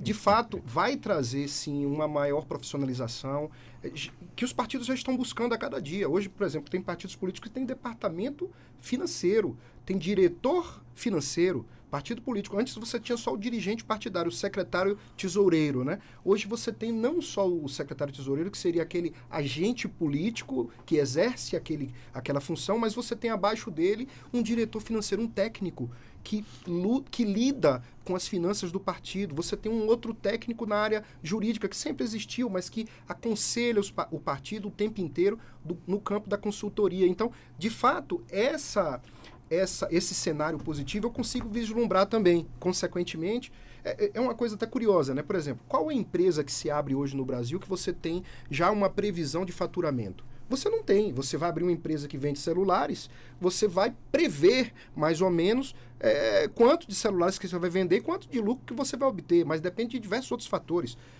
O local que você coloca a sua loja, enfim, o público que passa pela porta da sua loja. Então, tudo isso influencia. O partido político não, ele já nasce com um orçamento no seu horizonte. Por isso que é um bom negócio, sempre foi um bom negócio criar partidos políticos, porque você sempre participa da divisão do bolo. Então, você já nasce com um orçamento. Então, como eu disse, há um bônus, mas desse bônus há um ônus também. E esse ônus, ele vai repercutir justamente no que o doutor Gustavo falou. que é o excesso de judicialização. Quanto mais você tem espaço de poder, e percebam, existe uma emenda constitucional, a emenda constitucional 111, que ela trouxe para os partidos políticos, por exemplo, uma premiação, que ela diz o seguinte, olha, se o partido político lançar candidatura de mulheres e de pessoas negras, esses votos dados a essas pessoas que o partido bancou serão computados em dobro para fins de cálculo na próxima divisão do bolo. Então virou, de fato, um grande estímulo para o partido trazer essas pessoas para o seu contexto para lançarem candidatos. Mas, ao mesmo tempo, você vai surgir automaticamente com relação a isso as polêmicas em relação, por exemplo, às autodeclarações de pessoas negras. Tivemos nas últimas eleições situações muito polêmicas que repercutiram o Brasil afora, né? De gente que se autodeclarou negra e que teve que fazer bronzeamento artificial para poder ficar um pouco mais negro. Né? Exatamente. E, por exemplo, mulheres que, por exemplo, se lançam candidatas, muitas vezes lançam candidatos só para cumprir a cota e automaticamente fazer campanha para terceiros. Né? Quer dizer, essas situações todas, elas estão no radar da Justiça Eleitoral e, óbvio, dos players do processo eleitoral, Ministério Público, como fiscal do ordenamento jurídico, os próprios partidos políticos e candidatos de parte a parte, como disse o doutor Pedro. Ou seja, todas as partes vão querer brigar e vão querer brigar de forma bastante intensa. Então, de fato, vai ter maior organização, mas, ao mesmo tempo, vai ter uma maior judicialização também, na minha concepção. Vamos manter essa questão aí, doutor Pedro. Eu gostaria de acrescentar.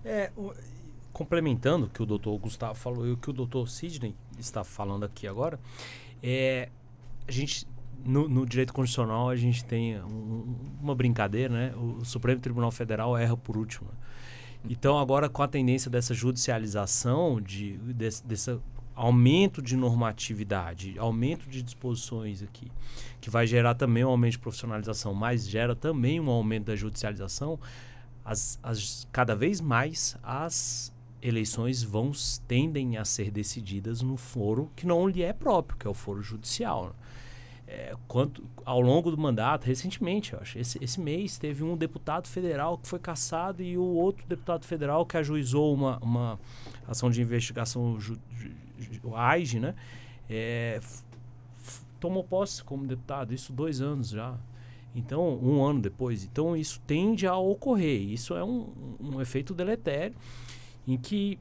E eu acho que aí entra um pouco o que eu falei antes, a questão da resolução da jurisprudência dominante, o compilado. Eu acho que é justamente tentar ali, de alguma forma, dar instrumentos aos juízes eleitorais para tentar acelerar esses julgamentos, para tentar trazer uma justiça mais efetiva, para que não se demore tanto para discutir ali, para resolver problemas com capacidade de impactar no pleito eleitoral.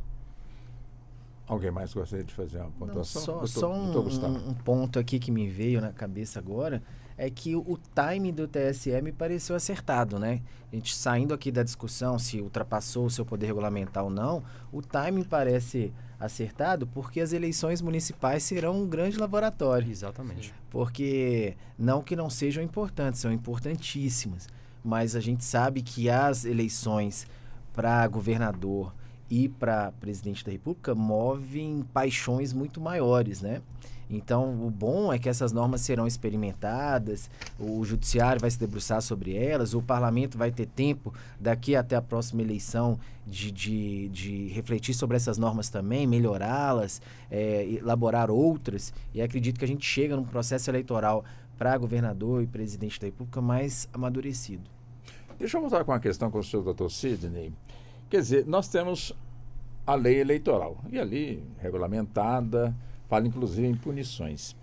A minha questão é a seguinte: uma resolução, ela também tem o mesmo efeito de uma lei, no sentido, vamos supor, nesse processo eleitoral, alguém, de certa forma, vai contra uma das resoluções, venceu as eleições, já foi empossado, mas vai perder o mandato com base na resolução. Ou então, no decorrer do processo, também fere, portanto, aí uma das resoluções e tem, portanto, seu registro cassado. A resolução, ela, de alguma forma, pode superar uma lei ou ela está apta, portanto, a exercer também essa mesma função de uma lei? Perfeito.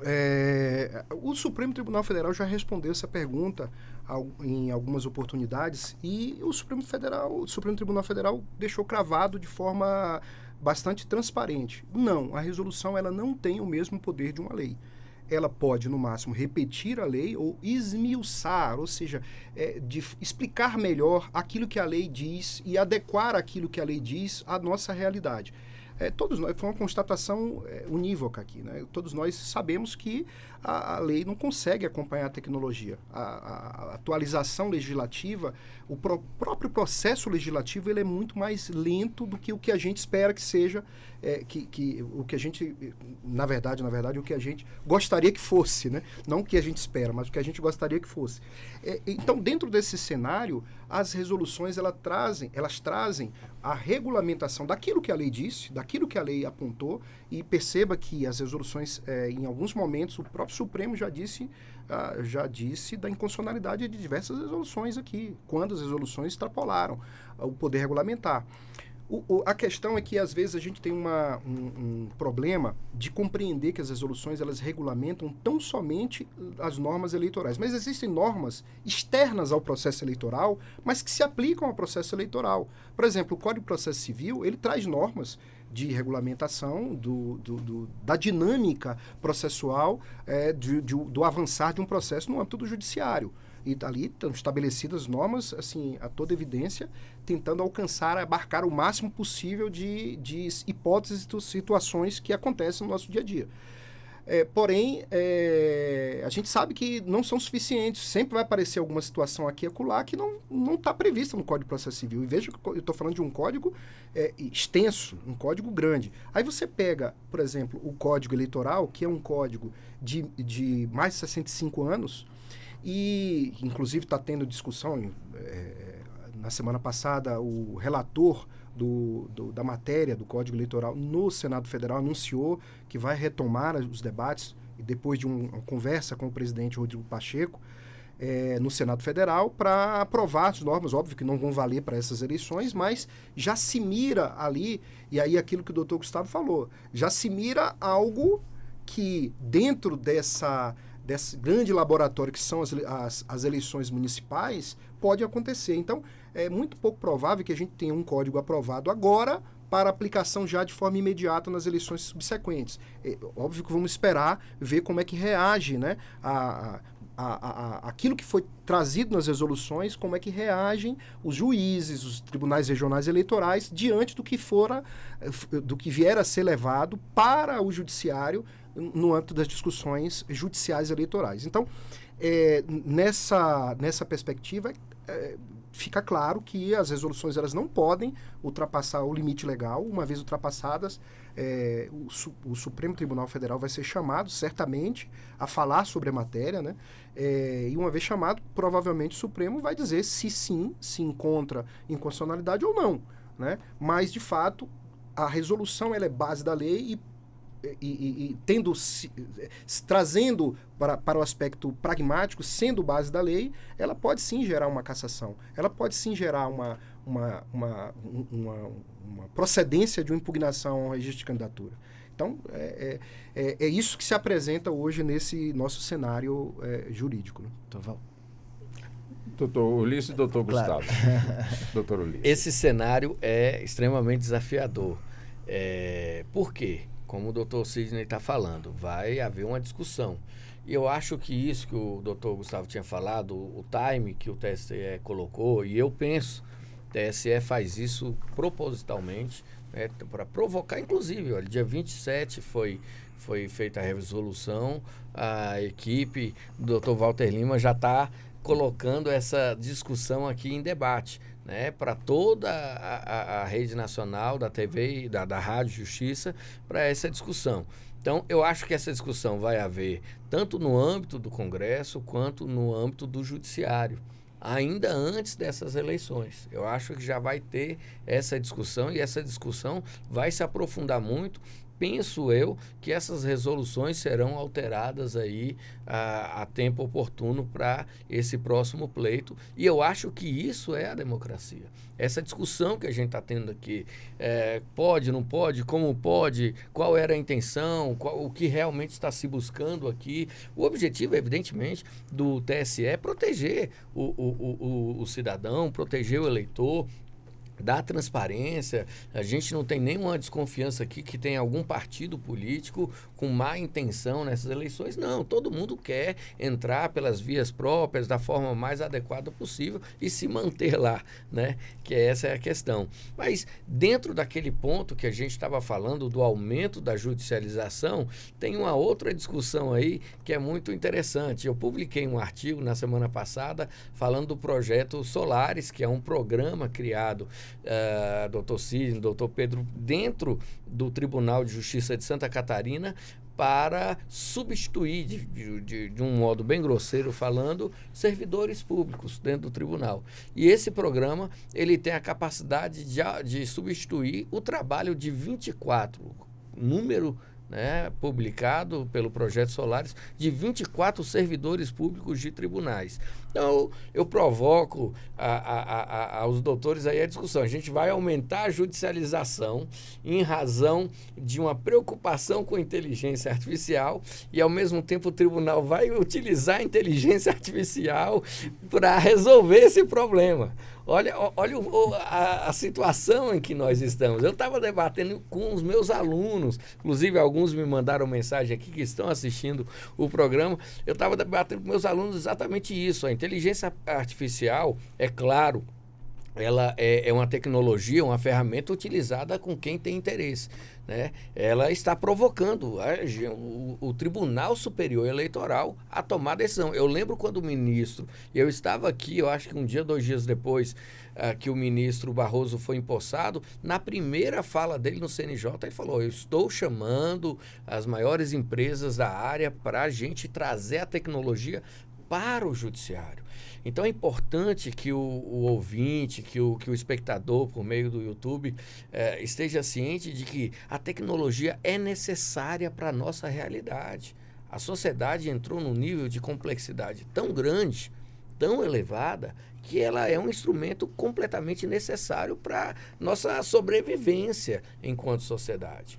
Agora, a discussão do TSE é como que a gente utiliza essa tecnologia, qual o melhor modo que a gente utiliza essa tecnologia, inclusive gerando penalidade capital no caso eleitoral, que é a cassação de um mandato, né? E isso vai ter repercussões, como o doutor Pedro falou, até ali no recurso do partido. Então é importante que a gente tenha isso em mente. A gente está discutindo como resolver um problema tecnológico e talvez... E olha que daqui a um ano a gente vai talvez ver esse programa e falar: olha, o Ulisses falou, quem está decidindo essa discussão aí são tecnologias de inteligência artificial que estão sendo já utilizadas em todos os tribunais brasileiros. Doutor Gustavo pediu a palavra. Não, isso é o que eu tinha falado até no início aqui, né, doutor Ulisses, da mesma tecnologia servir para uma bomba nuclear e para fornecer energia para milhões de pessoas. É a maneira como a gente utiliza. Eu concordo, acho bem interessante a sua colocação, que às vezes a solução está dentro da própria... A solução para o problema da inteligência artificial talvez seja o próprio uso correto da inteligência artificial. Mas, doutor Sidney, me permite aqui só lembrar dos meus tempos aí em sala de aula como professor de constitucional, porque eu sei que aqui tem ouvintes que às vezes não falam nosso juridiquês aqui, né? Mas eu brincava em sala de aula que a lei é gaio, né? Toda lei é o quê? Uma norma geral, ela é abstrata, aí eu vou pular o I aqui de propósito, e ela é obrigatória. Então a lei é gaio. E a resolução é o quê? A resolução é uma norma geral, é uma norma abstrata e é uma norma obrigatória. A grande diferença de uma resolução para a lei está no I, que é o inovador. Né? A lei é uma norma geral, abstrata, inovadora e obrigatória, por conta lá do artigo 5º, né? Que fala que ninguém será obrigado a fazer ou deixar de fazer alguma coisa, senão em virtude de lei. Então, só corroborando aí com o que o Dr. Sidney disse, a resolução, ela é constitucional até o ponto que ela não inova o ordenamento jurídico. Ela pode esmiuçar, ela pode explicar, ela pode trazer para aquela realidade ali do momento, mas se a gente sentir que ela está inovando o direito, trazendo novos direitos e novas obrigações, aí a gente ultrapassa um princípio que é basilar dentro da democracia, que é o da separação dos poderes. E é aquilo que eu disse, a gente querer salvar a democracia atingindo a democracia, nunca deu certo isso na história. né? Nunca deu certo. E um terceiro ponto que eu queria trazer aqui, a reflexão dos colegas, que eu acho que ainda não foi colocado, doutor Pedro, Ulisses, doutor Sidney, é o seguinte: a gente está vendo uma série de mudanças de regulamentação, né? Mas a gente sabe que um dos princípios mais caros ao direito eleitoral tá lá no artigo 16 da Constituição, que é o princípio da anterioridade eleitoral, que diz o quê? Que qualquer alteração no processo eleitoral não pode vigorar para as eleições que ocorrerem dentro daquele prazo de 1 ano. Então, assim, aí vem o princípio da anterioridade eleitoral, ele existe para trazer segurança jurídica para as eleições. O princípio da anterioridade lá do artigo 16, ele vem para trazer estabilidade às eleições. Então, esse conjunto de normas que o TSE traz agora e que, na visão do doutor Ulisses aqui, ainda vai repercutir no âmbito do Congresso Nacional antes das eleições, não me parece haver dúvida que vai trazer muita insegurança jurídica e o excesso de judicialização, que é a nossa preocupação aqui, e que foi a preocupação do Constituinte lá de 88, quando positivou o artigo 16, o princípio da anterioridade eleitoral. Vamos ver como é que isso vai acontecer. Doutor Pedro? O Tribunal Superior Eleitoral aqui, esse questionamento da anterioridade eleitoral que o doutor Gustavo levantou, ele perpassa necessariamente pela discussão anterior.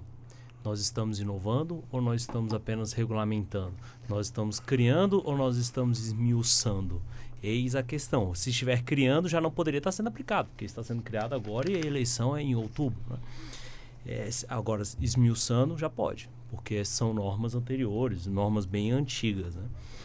E isso será discutido no âmbito dos nossos tribunais, talvez com o problema de um excesso, em decorrência de um excesso de quantidade de ações judiciais, discutindo realmente todas essas regulamentações, toda essa inovação, todos os votos, o foro partidário das eleições, né?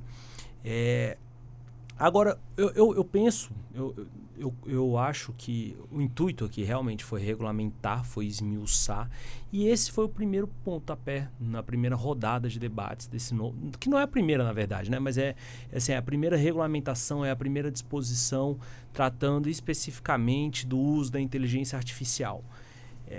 Terão outras. Se veio o Tribunal Superior Eleitoral agora, um foro do Poder Judiciário, que foi feita, né, é bom frisar isso aqui, que teve ampla participação das entidades de sociedades civis, ampla quantidade de debate público para a criação dessas regulamentações, dessas 12 resoluções que foram aprovadas. Eu vi aqui, né, Topedade, foram mais de 925 sugestões que foram encaminhadas ao TSE. Pois é. 645, né? Isso. Que o TSE se debruçou sobre cada uma delas. Só nossa do Conselho Federal nós encaminhamos 48. Pois é. Então, assim, o que culminou nessa criação dessas resoluções na terça-feira passada, né, exatamente uma semana atrás, foi uma ampla participação democrática, jurídica e social. E isso está aqui. Essas são as regras que foram postas. E agora? Vamos aplicá-las, vamos discuti-las no seio dos tribunais, vamos discuti-las no seio do Congresso Nacional. E isso vai sendo moldado, construído. As bases são essas, né? Mas qual o tamanho do edifício que será criado aí? Isso aí vai depender da gente, tá? Dos nossos representantes, né? Que já serão eleitos já com base nessas disposições, e dos nossos tribunais.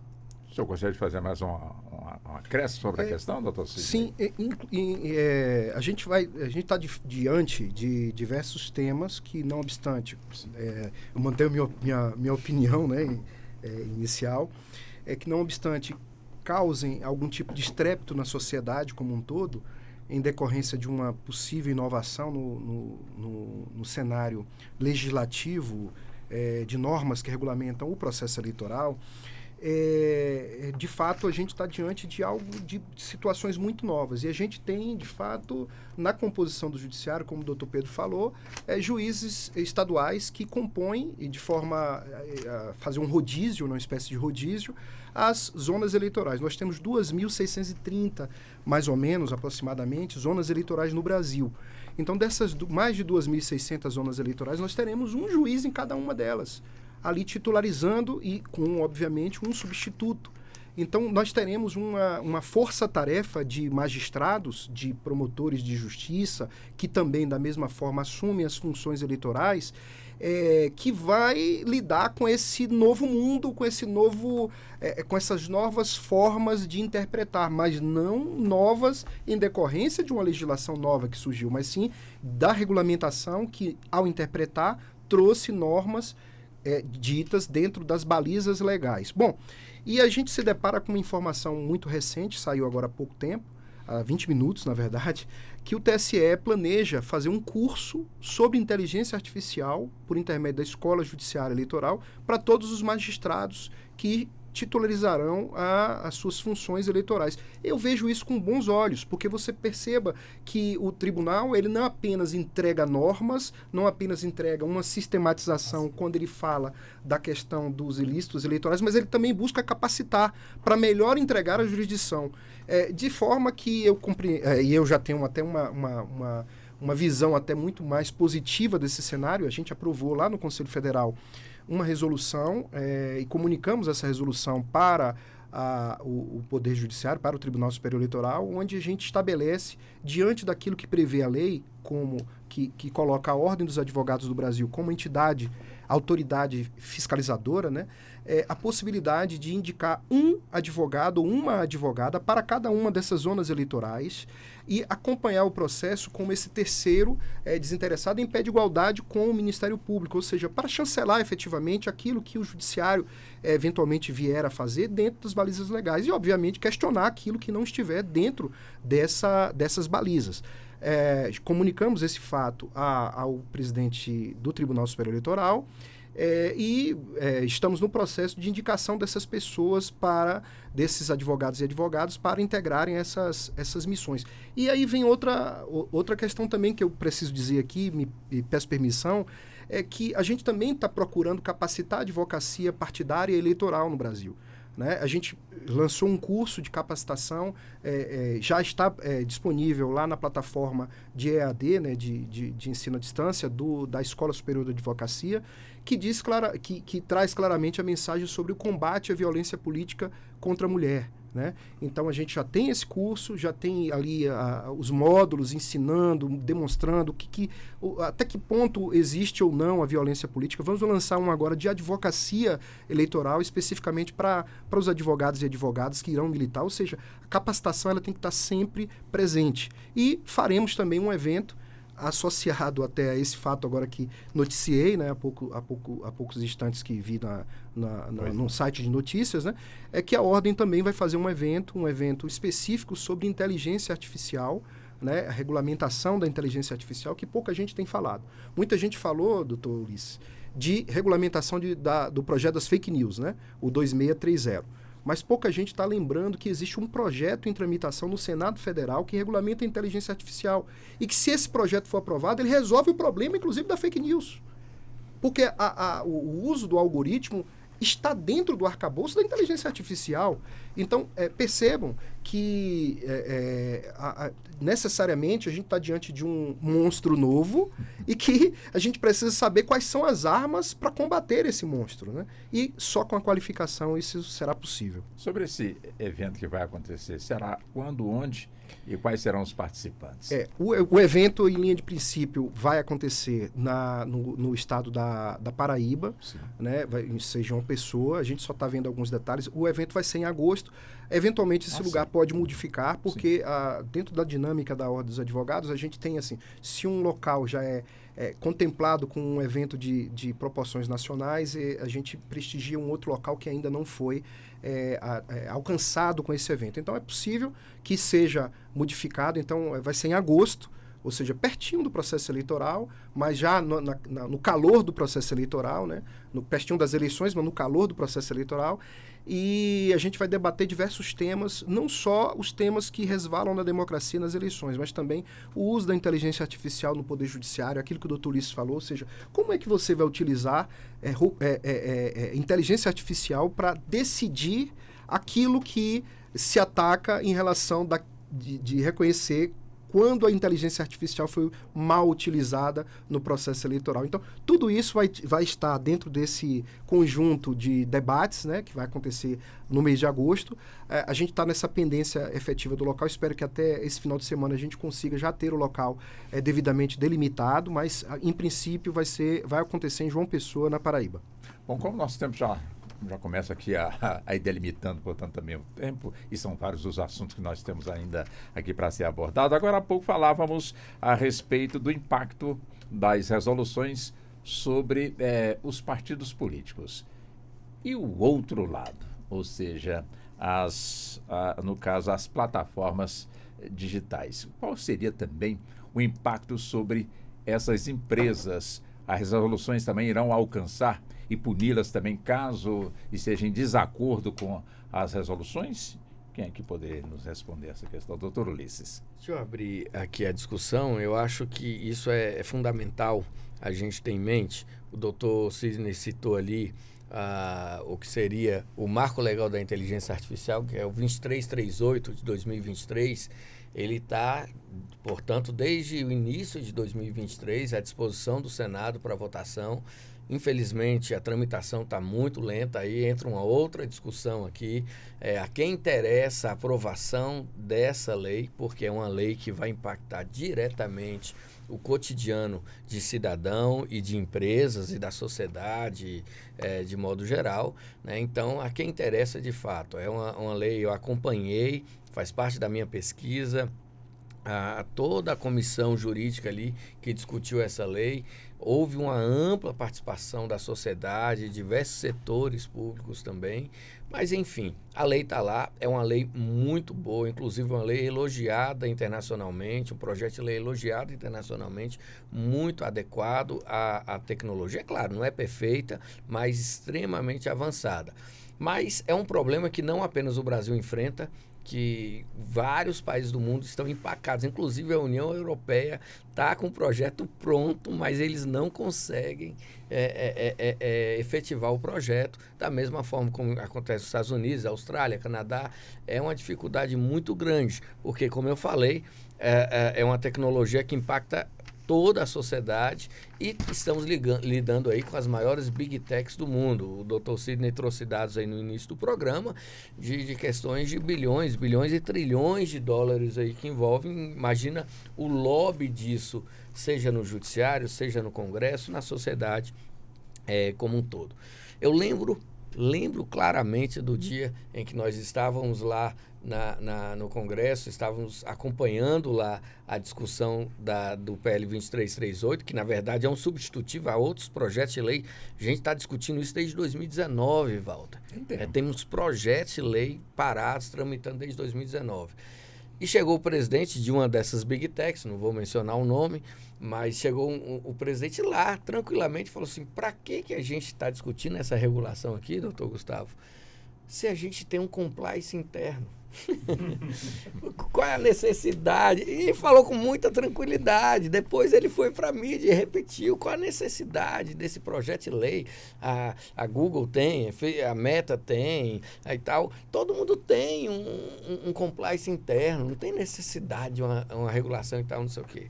Então, há de fato um interesse muito grande em que essa legislação não seja aprovada. Por isso, também a justificativa plausível para o TSE editar essa resolução. Porque, se esperar, há muitos interesses conflitantes na aprovação dessa lei. E aí entra o impacto da plataforma. Porque a plataforma agora, dentro da resolução, ela vai ser diretamente afetada.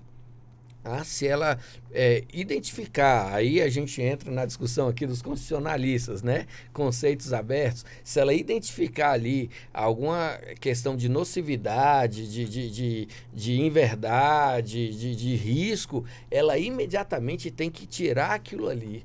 Em não o fazendo, ela pode ser responsabilizada, mesmo após a responsabilização, inclusive até chegar na esfera penal. Ela também vai ter que dar ali o direito de resposta. E aí vai ser uma outra questão, doutor Gustavo, que pode gerar mais judicialização. Como que você vai impactar esse direito de resposta? Olha, o doutor Pedro é candidato A, o doutor Sidney é candidato B. O doutor Pedro foi e divulgou uma informação que o doutor Sidney confirma que é inverídica. Só que qual o impacto que essa informação primeira teve? O direito de resposta vai ter o mesmo impacto, né? A gente falou aqui de influenciadores digitais. A gente tem pessoas, Walter, com mais de 30, 40, 50 milhões de seguidores, né? Então, se uma pessoa dessa divulga um vídeo e depois esse vídeo foi descoberto que ele tem alguma inverdade ali, será se o impacto posterior vai ser o mesmo? Então, muita discussão. Vai, de fato, afetar dramaticamente a forma de trabalho dessas plataformas digitais que visam, com todo o direito, o lucro, né? A questão agora é como que elas vão administrar, porque vai ser realmente um trabalho hercúleo para eles. E o TSE deixou claro para eles que a responsabilidade é deles, de identificar o risco, de identificar o dano, de identificar ali algum conteúdo que vai gerar algum prejuízo para o outro candidato. Doutor Gustavo. Bom, Walter, o assunto é realmente muito interessante, né? E ele remete a algo que é até anterior aqui, que é a grande pergunta do que a gente vive enquanto jurista, né? Que é a seguinte: quem é que vai regulamentar, quem é que vai dizer o que é verdade e o que não é verdade? Olha o risco que a gente traz para a democracia quando a gente elege algumas pessoas, né, que são aí iluminadas por Deus para dizer que é verdade, que não é. Eu não gostaria que essa função coubesse a nenhum órgão estatal e também não gostaria que coubesse às Big Techs. O que é a verdade ou não, dentro de uma democracia, decorre de um amplo debate de ideias, né? A democracia, ela pressupõe isso, a circulação de ideias, a circulação de opiniões e às vezes até alguma briga, alguma confusão, mas é desse caldo, né, dessa fervura, é que ao longo da história a gente vai estabelecendo o que é verdade ou não. Quando eu digo isso, eu me sinto até minoritário quando eu digo isso, Ulisses. Eu não estou falando da deepfake. É claro que quem se utiliza de um instrumento dessa gravidade, colocando palavras na boca de alguém, ou imagens que não existiram, essa pessoa precisa ser punida. Aqui nós não estamos numa zona cinzenta. Mas eu digo o seguinte: se a gente começar a cercear a guerra de narrativas, se a gente começar a cercear a guerra de contextualização, de opiniões, a gente pode estar criando um remédio muito mais amargo que a própria doença. Eu sempre dou o seguinte exemplo. A tia do Zap, né? Assim, que a gente fala isso com todo carinho, minha mãe, minhas tias. Antigamente, elas recebiam uma notícia no WhatsApp ali. Olha, meu filho, você viu isso que aconteceu? E me mandava. Hoje em dia, ela recebe e me manda e fala: filho, eu acho que isso não é verdade. Então, você percebe que já há um amadurecimento da sociedade. Olha, esse programa aqui está 2 horas discutindo isso, né? Isso reflete o quê? Um amadurecimento da sociedade sobre como a gente deve enfrentar esse tema tão difícil que é o controle daquilo que é verdade e que não é verdade. Eu acho que o remédio pode ser muito amargo. E aqui a gente está num campo que, para mim, na minha modesta opinião, enquanto menos regulamentação, melhor. A regulamentação deve atingir os casos extremos, como o deepfake. O resto, eu prefiro o barulho, né, da democracia do que o silêncio da ditadura. Doutor Pedro. Eu concordo com o doutor Gustavo. Um excesso de regulamentação, um excesso de poderes, uma outorga de poderes aqui dado a essas grandes empresas que, por si só, já faz parte do mercado delas, já faz parte do produto delas, ter o máximo de informação disponível dos seus usuários. Tendo o máximo de informação disponível dos usuários, eles ainda vão ter outorgado, pode ser que tenham outorgado, a capacidade, o poder de dizer o que é fato ou o que é mentira. Isso é uma coisa interessante de discussão, é preocupante, na verdade. Sabem, igual o doutor Sidney estava aqui falando antes, a gente fala sobre algum produto e de repente a gente recebe um anúncio desse produto.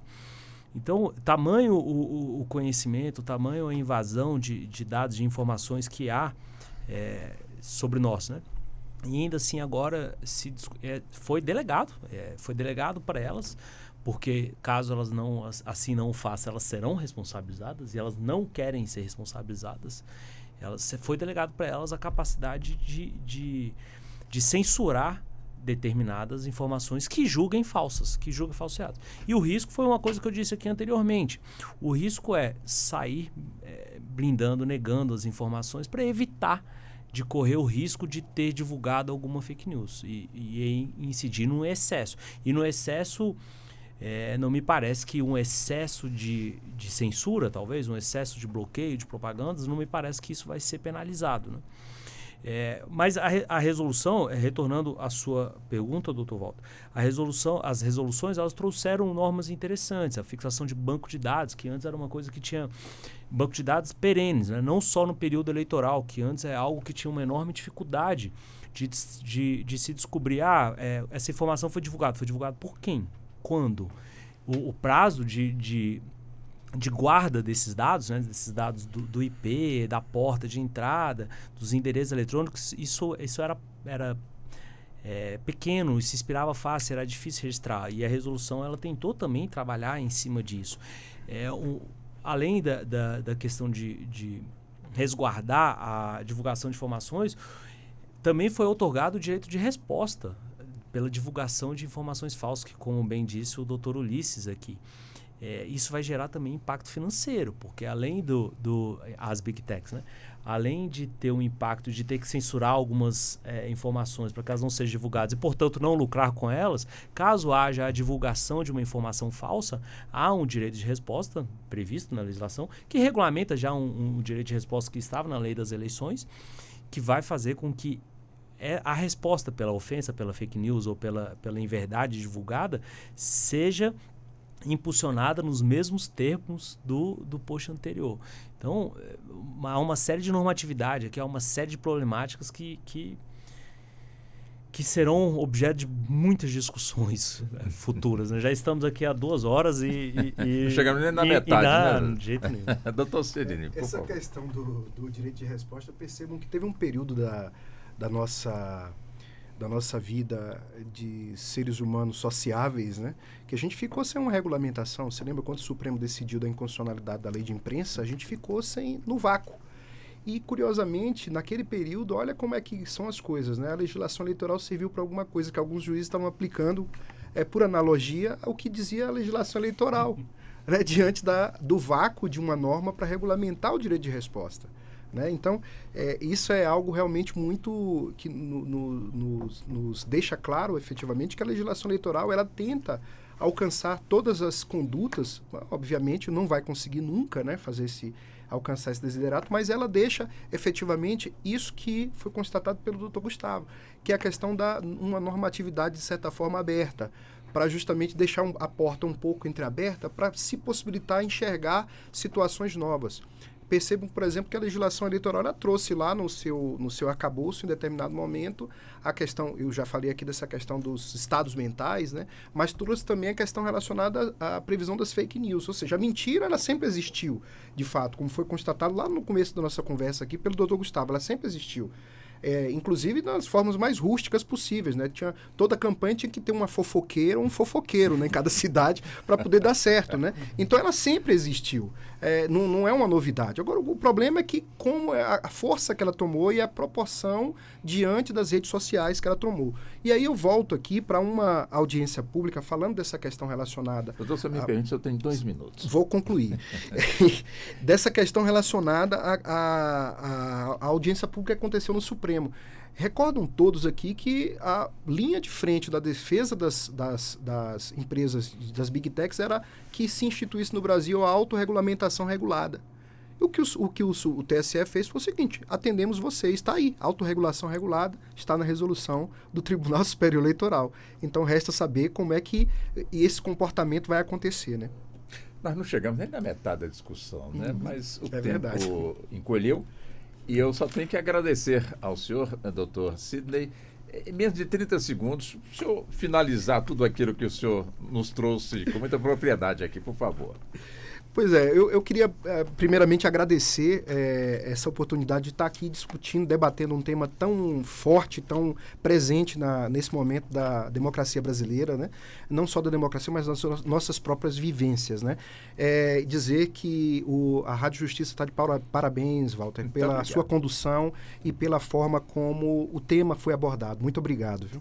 Doutor Gustavo, também, por favor, 30 segundos, também já agradecendo ao senhor pela gentileza. Também quero agradecer o riquíssimo debate aqui, os debatedores, a sua condução perfeita. Foi uma delícia estar aqui nessa tarde. E a ideia é confiar nas nossas instituições, confiar no TSE, no Supremo, na nossa OAB, que desse debate a gente vai cada vez mais ter eleições melhores. A gente precisa ser otimista nesse sentido. Com toda certeza. Doutor Pedro também, por favor, 30 segundos. E também já agradecendo ao senhor. Eu que agradeço, eu fico muito honrado em participar dessa mesa aqui. Aprendi muito. E vamos continuar todos nós aprendendo aqui. E eu concordo com o doutor Gustavo. As regras dos jogos foram postas, boas ou ruins, elas cá estão. Vamos discutir, vamos enriquecer, vamos aprender, vamos amadurecer todos nós enquanto sociedade, enquanto eleitores, enquanto políticos e enquanto juristas, né? E eu agradeço a todos. Obrigado. Doutor Ulisses também, por favor, 30 segundos. Também já agradecendo ao senhor também pela gentileza. Privilégio estar aqui, privilégio participar desse programa conduzido com maestria pelo Walter, pelo David, pela Cláudia. É sempre um prazer estar aqui. E, mais uma vez, Walter, esse tema se revela extremamente importante para a nossa sociedade. Parabéns pela condução do programa. E assim nós chegamos ao fim da edição de hoje, do nosso debate, né, do Justiça na Tarde. É evidente que o assunto não se esgotou. Acho que 1%, acho que foi possível chegar pelo menos na metade de 1%, meio por cento de tão grande o ponto e também a questão das discussões. Muito obrigado, doutor Ulisses, doutor Gustavo, doutor Sidney, doutor Pedro. Muito obrigado também a você sintonizado no nosso programa. Evidente que voltaremos a esse debate. Sou Walter Lima, fiz a condução desse nosso debate aqui na Rádio Justiça, que teve a produção da Ana Cláudia Possati, os trabalhos técnicos de David Lima e a coordenação de jornalismo da Marcela Luiza. Muito obrigado, boa tarde, até o nosso próximo encontro. Até lá. A Rádio Justiça apresentou Justiça na Tarde. Secretaria de Comunicação Social, Supremo Tribunal Federal.